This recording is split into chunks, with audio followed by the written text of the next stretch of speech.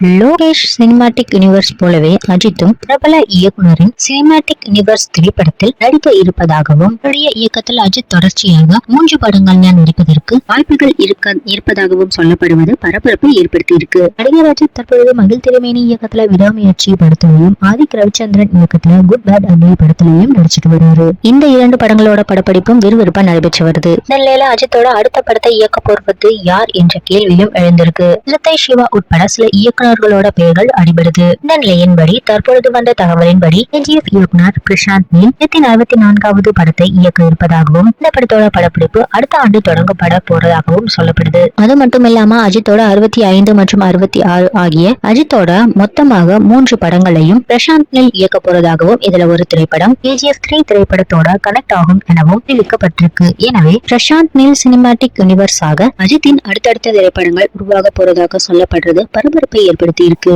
ஏற்கனவே விக்னேஷ் சிவன் இயக்கத்தில் அஜித் நடிக்க வேண்டிய திரைப்படம் டிராப் ஆன பொழுது அஜித்தின் படத்தை பிரசாந்த் நீல் இயக்க பேச்சுவார்த்தைகள் நடைபெற்றது. ஆனா அப்பொழுது அவர் சலார் படத்தை இயக்கிட்டு இருந்ததுனால அதற்கு ஒத்துக்கொள்ள முடியல. இந்த நிலையில தற்பொழுது இருவரும் இணைய இருப்பது பரபரப்பை ஏற்படுத்தி இருக்கு.